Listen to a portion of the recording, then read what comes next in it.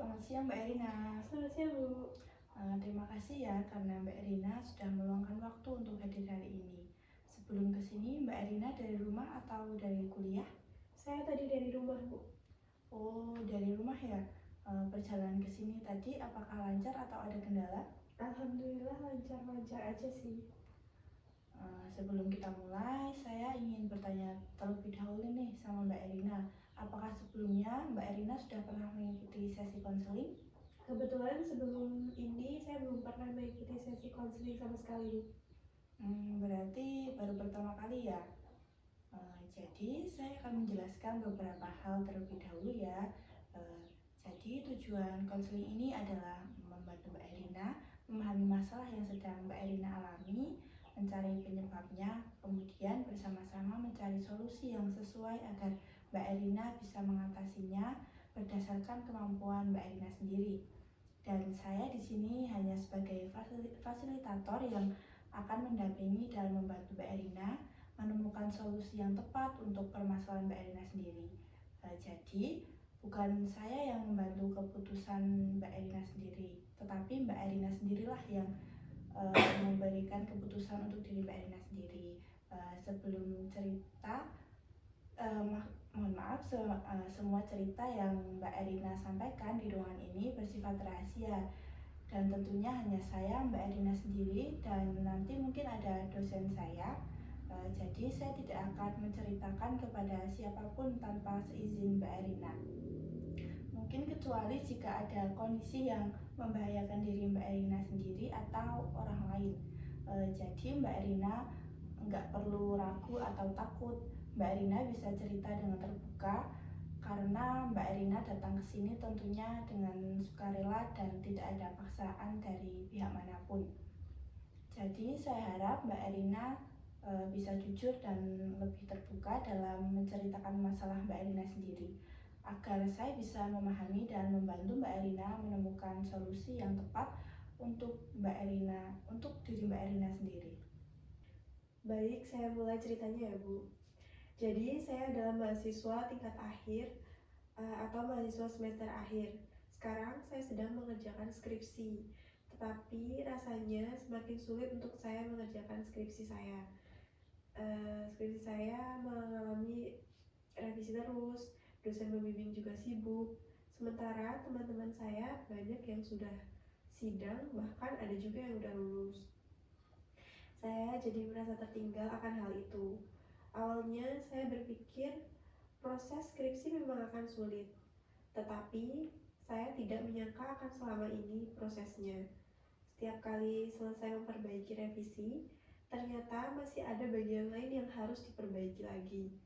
Kadang saya juga merasa menunggu cukup lama untuk bisa bimbingan karena jadwal dosen membimbing saya yang sangat padat. Selama menunggu itu saya jadi bingung harus mengerjakan apa lagi. Rasanya seperti jalan di tempat dan tidak bisa lanjut memproses skripsi saya. Selain itu, saya juga sering melihat teman-teman yang sudah menyelesaikan skripsinya. Ada yang sudah sidang, ada yang sudah wisuda, bahkan ada yang sudah bekerja. Saya ikut senang melihat mereka, tetapi tanpa sadar saya malah mulai membandingkan diri saya sendiri dengan mereka. Saya bertanya-tanya, kenapa mereka bisa secepat itu, sedangkan saya masih terus stuck di sini dengan revisi-revisi yang sangat amat banyak itu. Lama-kelamaan, saya merasa seperti tertinggal jauh sekali dan mulai meragukan kemampuan saya sendiri. Jadi saat ini Mbak Erina sedang menghadapi banyak tekanan dalam proses menyelesaikan skripsi. Ya, tekanan itu rasanya datang dari berbagai arah. Dari skripsinya sendiri, dari jadwal bimbingan yang tidak menentu, dan juga dari pikiran saya sendiri. Kadang, saya merasa sudah berusaha, tetapi hasilnya belum seperti apa yang saya harapkan. Akhirnya, saya mulai kehilangan semangat. Saya jadi sering berpikir, apa saya benar-benar gak bisa ya nyelesain skripsi saya ini?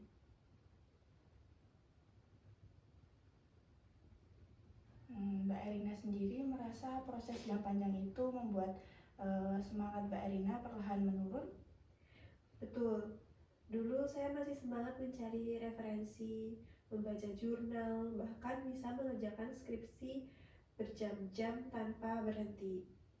Sekarang, baru membuka file skripsi saja rasanya sudah berat. Pikiran saya langsung dipenuhi oleh rasa takut kalau nanti masih banyak yang salah atau yang banyak bagian yang harus direvisi lagi. Semangat yang dulu saya punya sepertinya perlahan mulai hilang. Melihat pencapaian teman membuat Mbak Erina mulai meragukan kemampuan Mbak Erina sendiri. Ya, betul. Kadang saya juga merasa malu kalau ada teman yang bertanya perkembangan skripsi saya. Pertanyaan-pertanyaan sebenarnya pertanyaan yang sederhana, tetapi saya merasa seperti diingatkan bahwa saya belum selesai akan skripsi saya. Saya tahu mereka mungkin hanya ingin bertanya, tetapi saya justru merasa semakin tidak percaya diri dengan skripsi saya sendiri. Pikiran bahwa Mbak Erina nggak mampu mulai sering muncul dalam diri Mbak Erina sendiri. Ya, bahkan saya pernah berpikir mungkin kemampuan saya memang tidak sebaik teman-teman saya yang lainnya. Padahal kalau dipikir lagi, saya juga sudah berusaha. Hanya saja setiap ada hambatan, saya langsung merasa usaha saya belum cukup untuk menyelesaikan hambatan tersebut. Rasa cemas itu bahkan muncul sebelum Mbak Erina mulai mengerjakan. Apa benar seperti itu? Benar, setiap kali buka laptop, saya langsung teringat revisi yang belum selesai. Rasanya seperti ada beban yang membuat saya sulit memulai. Akhirnya, saya memilih melakukan hal-hal lain seperti membuka media sosial atau menonton video. Saya berharap rasa cemas itu hilang, tetapi ternyata itu hanya sementara saja. Mungkin kayak seolah-olah ada siklus yang terus berulang antara cemas, menunda, lalu merasa bersalah. Ya, benar sekali. Setelah menunda, saya justru merasa lebih bersalah karena satu hari berlalu tanpa ada kemajuan untuk skripsi saya. Besoknya saya semakin takut membuat skripsi karena merasa pekerjaannya bertambah lebih banyak. Saya sadar kalau terus seperti itu skripsinya tidak akan selesai sampai nanti. Tetapi tetap sulit untuk keluar dari kebiasaan-kebiasaan tersebut.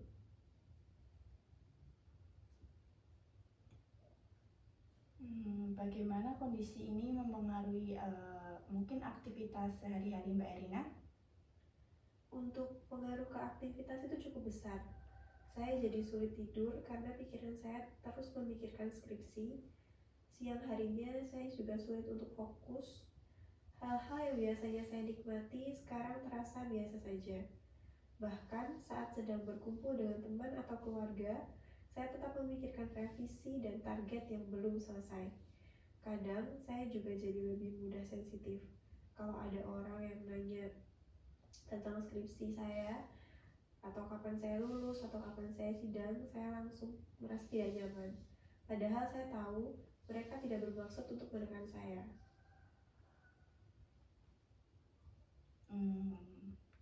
Jadi selain tekanan dari diri Mbak Erina sendiri, Mbak Erina juga merasakan beban ketika mendengar pertanyaan tentang kelulusan. Ya, orang tua juga sering bertanya perkembangan skripsi saya. Saya tahu mereka hanya ingin memberi perhatian dan berharap saya akan lulus tepat waktu. Tetapi saya merasa bersalah karena belum bisa memenuhi harapan dari mereka. Saya juga takut mengecewakan mereka kalau proses ini terus berjalan lama dan nggak selesai-selesai. Kalau Mbak Erina menggambarkan perasaan Mbak Erina sendiri nih, perasaan apa sih yang paling sering muncul dalam diri Mbak Erina sendiri? Kalau untuk perasaan yang sering saya rasakan akhir-akhir ini adalah takut gagal, Bu. Saya takut tidak bisa menyelesaikan skripsi saya tepat waktu. Saya takut mengecewakan orang tua karena mereka sudah banyak mendukung saya selama kuliah saya. Saya juga takut teman-teman berpikir kalau saya tidak mampu atau tidak serius dalam mengerjakan skripsi. Kadang saya merasa ketakutan itu muncul hampir setiap hari. Bahkan ketika saya sedang tidak mengerjakan skripsi pun, pikiran itu masih tetap muncul. Rasanya seperti ada beban yang harus terus-menerus mengikuti kemanapun saya pergi. Mau sedang makan, mau istirahat, atau bahkan kadang kumpul dengan keluarga, pikiran tentang skripsi itu masih tetap ada. Jadi saya mendengar bahwa banyak ketakutan yang sedang Mbak Erina rasakan, dan ketakutan itu seolah selalu hadir dalam aktivitas sehari-hari. Ya benar Bu, kadang saya merasa capek sendiri dengan pikiran saya. Saya sering membayangkan hal-hal yang bahkan belum tentu terjadi. Misalnya, saya berpikir bagaimana kalau saya tidak lulus tahun ini. Bagaimana kalau orang tua kecewa? Bagaimana kalau dosen pembimbing saya itu menganggap saya tidak serius? Atau bagaimana kalau saya menjadi mahasiswa yang paling terakhir lulus di angkatan saya sendiri? Padahal semua itu belum tentu terjadi. Tetapi pikiran-pikiran seperti itu terus muncul dan membuat saya semakin merasa tidak tenang.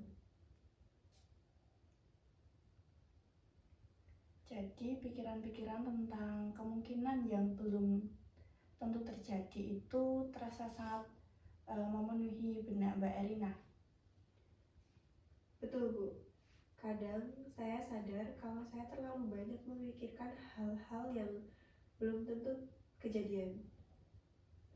Tetapi semakin saya mencoba menghilangkan pikiran-pikiran itu, justru semakin sering muncul di kepala saya. Akhirnya, saya lebih banyak menghabiskan waktu untuk khawatir daripada benar-benar mengerjakan skripsi saya. Saya sadar kebiasaan itu justru malah tidak membantu saya sama sekali. Tetapi saya belum tahu bagaimana cara menghentikan kebiasaan tersebut. Seolah-olah pikiran-pikiran itu mengambil begitu banyak perhatian Mbak Erina sendiri, sehingga mungkin tenaga dan fokus untuk mengerjakan skripsi menjadi berkurang. Betul Bu, kadang saya merasa lelah bukan karena mengerjakan skripsinya, tetapi karena terus memikirkan kemungkinan-kemungkinan buruk yang terjadi setelah saya mengerjakan skripsi saya. Rasanya kepala saya penuh dengan berbagai kekhawatiran. Akibatnya, saya jadi sulit menikmati aktivitas-aktivitas saya yang lain. Bahkan ketika sedang melakukan hal yang saya rasa saya suka banget, pikiran tentang skripsi itu tetap ada di kepala saya.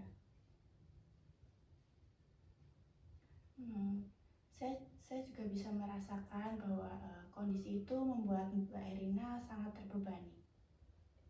Iya Bu, saya juga merasa akhir-akhir ini jadi lebih mudah menyalahkan diri sendiri. Kalau ada revisi, saya langsung berpikir bahwa saya kurang mampu menguasai skripsi saya ini sendiri. Kalau teman saya sudah sidang, saya langsung merasa saya tertinggal jauh sekali. Padahal saya tahu sebenarnya setiap orang itu punya prosesnya yang berbeda, tetapi saya tetap sulit menerima keadaan saya saat ini. Di tengah-tengah semua tekanan itu, saya juga melihat bahwa Mbak Erina tetap datang ke sesi ini dan tetap ingin mencari jalan keluar. Ya, sebenarnya saya tidak pernah benar-benar ingin menyerah. Saya masih ingin menyelesaikan kuliah ini sampai selesai. Saya hanya merasa akhir-akhir ini kehilangan semangat saya dan kepercayaan diri saya. Saya ingin bisa kembali seperti dulu. Ketika saya yakin bahwa saya mampu menyelesaikan skripsi ini, saya juga ingin kembali menikmati proses-prosesnya, bukan malah merasa takut setiap kali melihat file skripsi saya. Menurut Mbak Erina sendiri, kapan sih terakhir kali Mbak Erina merasa lebih tenang saat mengerjakan skripsi? Waktu awal mengerjakan skripsi, Bu. Saat itu saya membuat target kecil setiap harinya. Saya tidak terlalu memikirkan kapan sidang, kapan lulus. Saya hanya fokus menyelesaikan apa yang bisa saya kerjakan hari itu saja. Misalnya dengan saya membaca satu jurnal atau menyelesaikan satu bagian kecil setiap target kecil yang selesai membuat saya merasa lebih percaya diri dan lebih semangat untuk melanjutkan pekerjaan atau revisian berikutnya. Saat itu, saya merasa prosesnya lebih ringan dan tidak terlalu membebani pikiran saya sendiri. Jadi sebenarnya Mbak Erina pernah memiliki cara yang membuat proses mengerjakan skripsi terasa lebih ringan. Benar, Bu. Sekarang, saya baru sadar kalau belakangan ini saya terlalu fokus pada hasil akhirnya saja. Saya terlalu sering memikirkan kapan saya lulus, kapan saya sidang, atau terlalu membanding-bandingkan diri saya dengan teman-teman saya yang sudah jauh di depan saya. Akibatnya, saya lupa bahwa skripsi ini sebenarnya bisa diselesaikan sedikit demi sedikit, tidak perlu sama dengan yang lain. Saya merasa selama ini saya terlalu membebani tekanan kepada diri saya sendiri. Mendengar cerita Mbak Erina, saya juga menangkap bahwa sebenarnya Mbak Erina sudah menemukan pengalaman yang pernah membantu diri Mbak Erina sendiri. Iya, Bu. Saya baru menyadari hal ini setelah menceritakannya di sini. Selama ini saya terlalu fokus pada apa yang belum saya capai, sampai lupa melihat bahwa saya sebenarnya sudah pernah bisa melalui proses-proses yang lalu dengan baik. Mungkin saya memang perlu kembali memulai dari langkah-langkah kecil seperti dulu, bukan terus memikirkan hasil akhirnya nanti. Setelah menyadari hal itu, apa sih yang ingin Mbak Erina lakukan? Saya ingin mulai lagi dengan target kecil yang realistis. Misalnya, hari ini membaca satu jurnal, besok memperbaiki satu bagian revisi, lalu mencoba menghubungi dosen pembimbing untuk meminta jadwal bimbingan yang lebih intens lagi. Saya juga ingin mengurangi kebiasaan membandingkan diri saya dengan teman-teman saya karena saya sadar setiap orang punya proses yang berbeda-beda. Saya ingin belajar lebih fokus pada perkembangan diri saya sendiri daripada melihat pencapaian-pencapaian dari orang lain. Saya berharap dengan memulai dari langkah-langkah kecil itu, saya bisa pelan-pelan mendapatkan kembali semangat dan kepercayaan diri saya yang hilang itu untuk menyelesaikan skripsi saya dengan tepat waktu. Saya tahu, mungkin prosesnya masih tidak mudah, tetapi saya ingin mencoba menjalani satu langkah demi langkah tanpa terlalu membebani diri saya sendiri. Hari ini saya juga paham bahwa Mbak Erina sedang mengalami stres karena berbagai tuntutan sebagai mahasiswa tingkat akhir atau semester akhir ya. Tekanan tersebut berasal dari proses penyusunan skripsi, revisi yang berulang, kesulitan bertemu dosen pembimbing, serta perasaan tertinggal ketika melihat teman-teman yang sudah terlebih dahulu lulus. Kondisi tersebut membuat Mbak Erina merasa cemas, kehilangan semangat, dan sering menunda mengerjakan skripsi. Namun, sesi kali ini Mbak Erina juga mulai menyadari bahwa sebenarnya Mbak Erina sendiri juga memiliki keinginan yang kuat untuk menyelesaikan kuliah Mbak Erina sendiri. Mbak Erina juga mengingat kembali bahwa sebelumnya Mbak Erina pernah merasa lebih nyaman ketika membagi pekerjaan menjadi target-target kecil. Dari pembicaraan kita hari ini, Mbak Erina memutuskan untuk mencoba kembali cara tersebut dengan memulai dari tingkat yang sederhana dan realistis. Saya juga melihat bahwa setelah menceritakan apa yang Mbak Erina rasakan, tampak lebih lega dan mulai memiliki gambaran mengenai langkah yang ingin dilakukan. Saya berharap kesadaran yang Mbak Erina peroleh hari ini dapat membantu Mbak Erina menjalani proses penyusunan skripsi dengan lebih tenang dan sesuai dengan kemampuan Mbak Erina sendiri. Ya, setelah bercerita di sini, saya merasa lebih sedikit lega dan juga beban pikiran saya lebih ringan dari sebelumnya. Saya senang melihat Mbak Erina bisa merasakan sedikit kelegaan. Terima kasih sudah terbuka menceritakan pengalaman Mbak Erina hari ini. Saya percaya Mbak Erina memiliki kemampuan untuk menemukan langkah-langkah yang sesuai dengan diri Mbak Erina sendiri. Dan hari ini Mbak Erina sudah mulai menemukannya. Saya juga berterima kasih kepada Ibu sudah mau mendengarkan cerita saya hari ini. Sama-sama Mbak Erina. Sebelum kita akhiri sesi hari ini, setelah semua yang sudah kita bicarakan, hal apa yang ingin Mbak Erina ingat sebagai pembelajaran untuk kedepannya mungkin? Untuk pengingat bagi diri saya sendiri, saya ingin mengingat bahwa saya tidak harus menyelesaikan semuanya secara bersamaan sekaligus. Saya cukup memulai dari satu langkah kecil setiap harinya. Itu adalah pengingat yang sangat bermakna ya. Saya harap langkah kecil tersebut dapat membantu Mbak Erina bergerak sedikit demi sedikit menuju tujuan yang Mbak Erina ingin capai. Terima kasih atas kepercayaan Mbak Erina selama sesi ini. Semoga kita dapat bertemu kembali pada pertemuan berikutnya untuk melihat perkembangan yang sudah Mbak Erina capai.